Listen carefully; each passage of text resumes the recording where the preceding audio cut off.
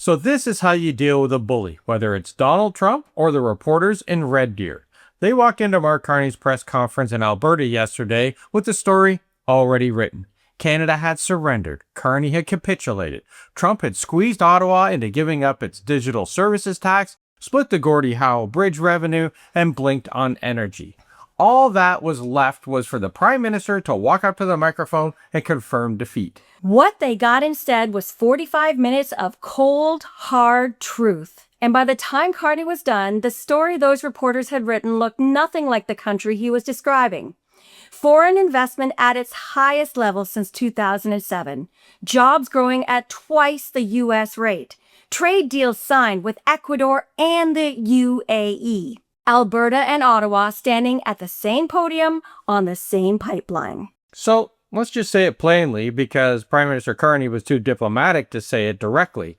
Canada is not losing the trade war. Canada is using the trade war. While Trump was threatening tariff deadlines and inventing new demands, Canada is building a country of the future, and Trump hates that. It all started when a reporter asked Carney what Canada had received after supposedly giving away the store. She listed the concessions: the digital services tax canceled, the streaming contribution changes, the Gordie Howe bridge revenue split. She called them capitulations and wanted him to defend them. So he did. Carney called it premise surgery. He was polite about it. He is Canadian after all, but the intent was clear. He was not going to accept someone's conclusion that had been cobbled together with headlines instead of facts. And he did it by answering with specifics instead of talking points. So here's the frame that Prime Minister Carney put around the bridge deal, and it holds up under scrutiny.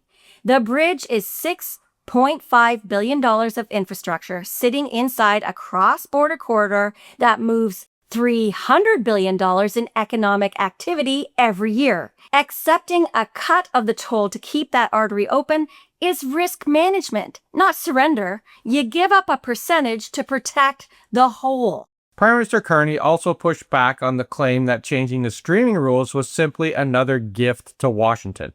The CRTC wanted large streaming companies to put as much as 15% of their Canadian revenue into Canadian programming. And Carney's argument was that those companies would not just absorb that cost. Canadians would likely find it added to their Netflix, Disney Plus, and other subscription bills. So Ottawa says it will support Canadian creators directly instead, rather than making families pay more through their monthly subscriptions. You can debate whether taxpayers should carry that cost, but Prime Minister Carney had a legitimate affordability argument that the reporter's question completely ignored. And we have to look at the contrast with the U.S. here as well, because it's really stark. Trump has been changing tariff rates, inventing new demands, threatening agreements that were already negotiated, and announcing deadlines that get quietly extended when the consequences become inconvenient. And Canada's entire pitch to the world right now is that it operates differently. And you'll see why this matters as we go through the numbers later on.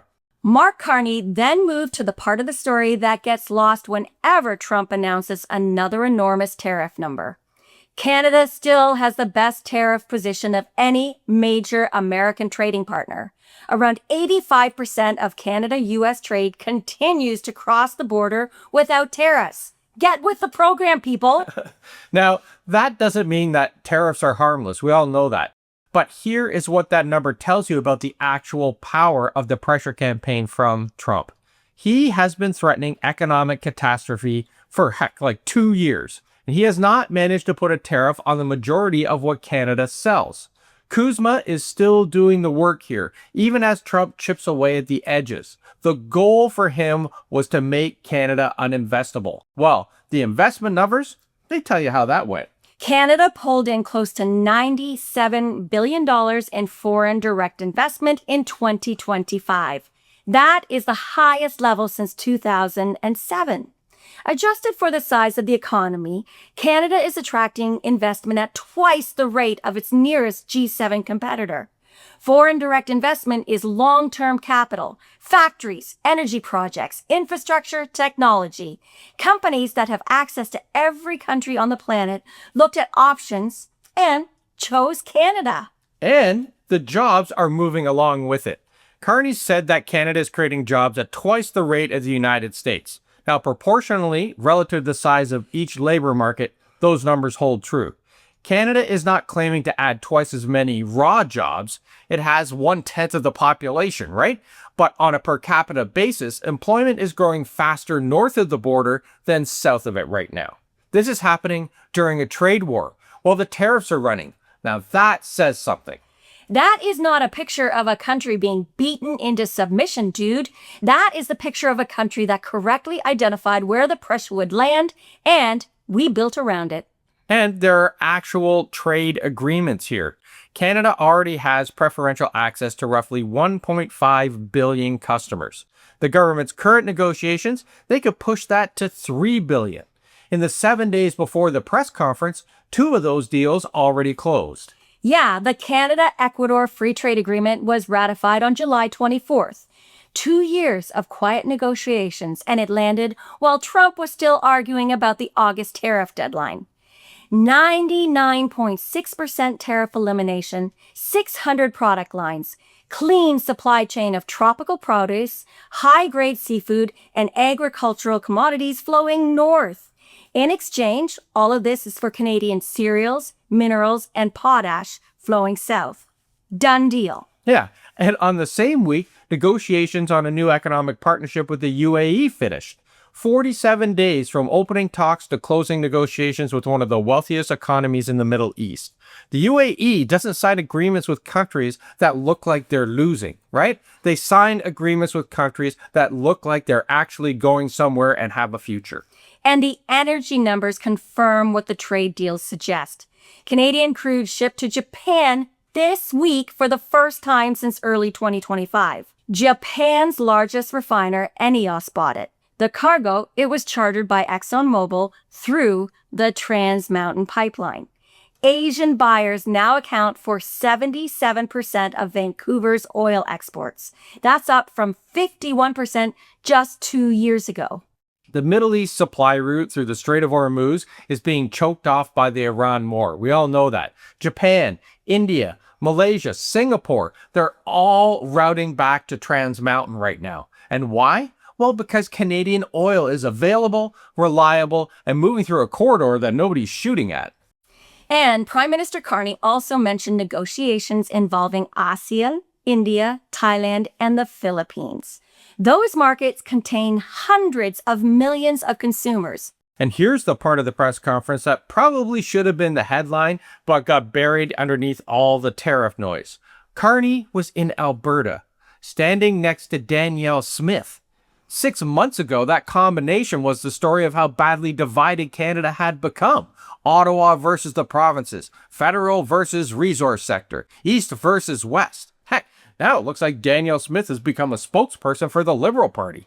The two of them stood beside each other and announced that they are jointly advancing a new pipeline proposal to the West Coast. It's following right beside the existing Trans Mountain Corridor. It's coordinated through the Major Projects Office. And behind that pipeline sits the Pathways Carbon Capture Project. It's designed to reduce the carbon intensity of Alberta's crude by capturing and storing the CO2 underground. It would be one of the largest operations of its kind anywhere in the world. And Carney used the word catalyze. He used it carefully when he described the financial impact here. The pipeline, pathways, and related infrastructure could catalyze over $200 billion in investment and support around 175,000 jobs. Now, catalyze means government policy unlocking private capital. Ottawa's not writing a $200 billion check here. It's creating the conditions that make private investors write it. But here's the strategic point underneath all of that. Right now, more than 3/4 of Canadian merchandise exports still head south. That concentration is Washington's leverage at the moment. And the bet is that Canada cannot afford to say no to the American market. Well, a second West Coast pipeline corridor changes that bet permanently. It gives Canadian energy another major exit. It makes the American threat less credible every year the corridor is built out. And the fact that Alberta signed on to that plan in the middle of a trade war hopefully tells you that the internal division Trump is counting on, it has not materialized. Now, Let me put this clear here. Nobody's saying that Danielle Smith has suddenly become Canada's #1 cheerleader. I believe a leopard can't change his spots. But for now, on this particular pipeline, it looks like she wants to work with the Carney government. Now, I'm sure she has alternative motives here and needs to save her own skin in the next election, but we'll cover all that in another video. So, after all the data, Prime Minister Carney delivered one sentence that said everything without saying anything directly. Everybody wants to do more with Canada, except the United States. It was funny, but it also described a real shift in Canadian relationships. Yeah, he said it with a slight smile, too, and trust me, the room knew exactly what he meant. The UAE closed the deal in 47 days. Ecuador ratified after 2 years of quiet work. Japan is sending tankers. Asian energy buyers are routing around a war zone and finding Canada at the other end. European and Middle Eastern capital is moving north. The only actor in this picture not trying to do more business with Canada is the one that keeps threatening it. That's because he wants it. He sees what we have, and we're not going to let it happen. So Canada's answer to that situation has been the same thing from day one. We honor contracts. We complete agreements. We build the infrastructure. And we keep our negotiating hand close and our options open. To judge leadership under pressure, you have to also make sure that you look at how a government handles uncertainty. Whether it panics, whether it accepts the other side's framing, whether it reveals its hand when someone demands a yes or no answer. In Alberta, Carney did none of those things. He separated the legitimate criticisms from the political rhetoric, answered from Canada's actual position, and left Trump and his cronies still guessing. So let us know what you saw in that press conference. Was Prime Minister Carney demonstrating disciplined leadership, or do you still think Canada has conceded too much without receiving enough in return?